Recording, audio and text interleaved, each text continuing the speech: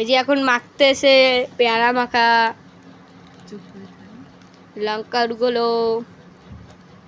লঙ্কার গুঁড়ো দিল, এখন লবণ দিল, এখন লেবু দিবে।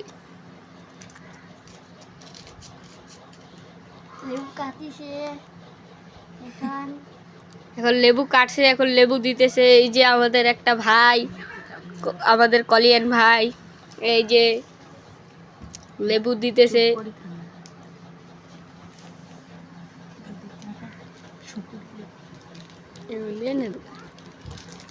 এই যে এখন রসুনের আচার দিতেছে। হ্যালো গাইস, দেখে নাও।